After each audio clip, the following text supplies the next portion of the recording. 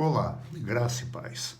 Dando continuidade aos nossos pequenos textos Grandes Verdades, esta semana, na segunda, quarta e sexta, estaremos vendo algumas profecias messiânicas, já que estamos na temporada litúrgica do Advento. Advento, que do latim é adventus, que significa o que está por vir.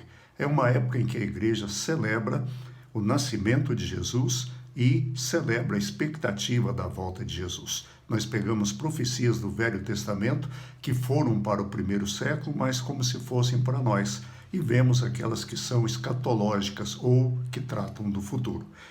E é interessante vermos que o profeta Isaías é um profeta messiânico, e ele tem muitas profecias a respeito da vinda de Jesus. Uma das profecias dele é sobre o advento.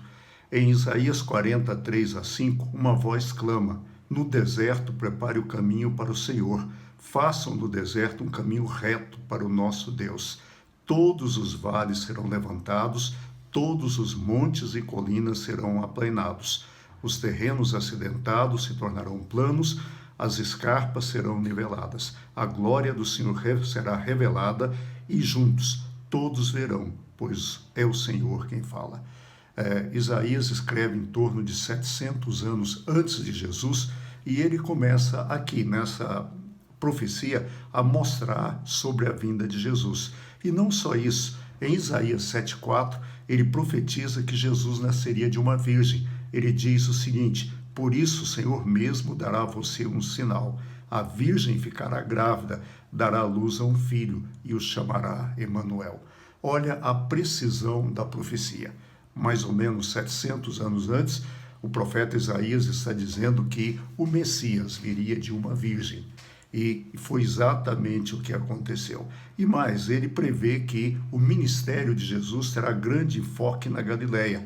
Nos versículos 1 e 2 do capítulo 9, Isaías diz: contudo, não haverá mais escuridão para os que estavam aflitos.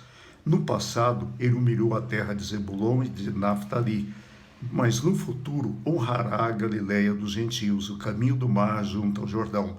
O povo que caminhava em trevas viu uma grande luz. Sobre os que viviam na terra da sombra da morte raiou uma luz. O normal seria o Messias vir e ficar em Jerusalém, que era a capital. Mas não, Jesus fez questão de andar não na Judéia, mas na Galileia, uma região pobre, uma região humilde, uma região que as pessoas jamais pensariam que pudesse haver alguma coisa lá.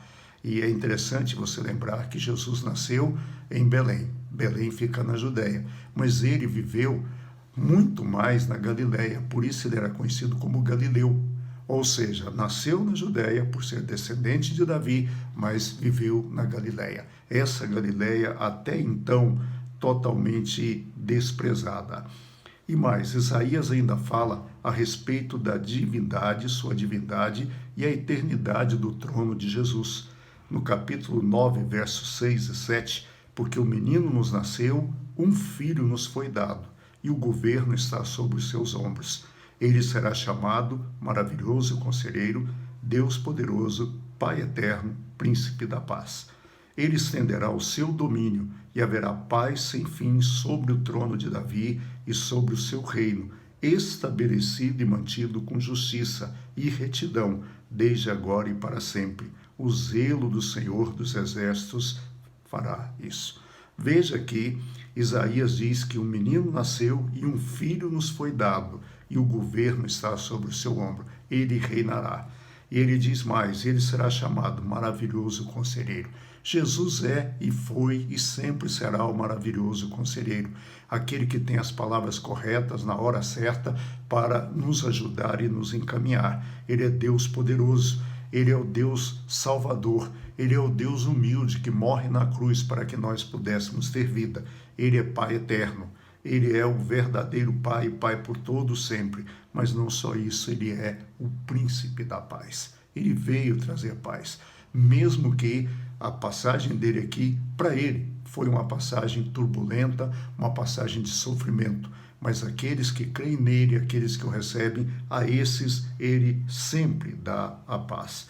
Isaías diz que ele estenderá o seu domínio e haverá paz sem fim sobre o trono de Davi e sobre o seu reino.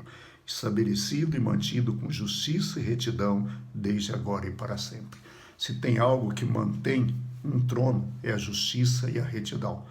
O trono do Senhor Jesus, ele se mantém por isso, porque Jesus é justo. Não só é justo, ele é reto. Ele é um Deus amoroso, ele é um Deus justo e ele é um Deus reto. E quando nós pensamos na nossa relação com Jesus, se ele nos condenasse, isso seria justo, porque o salário do pecado é a morte. Mas ele não nos condena, porque ele é misericordioso. E ao invés disso, ele nos dá a vida eterna, porque ele é gracioso. Graça, ele nos dá o que nós não merecemos. Misericórdia, ele não nos dá o que nós merecemos. E justiça é quando ele nos dá aquilo que nós merecemos. Que Deus nos abençoe e até amanhã, se Deus quiser.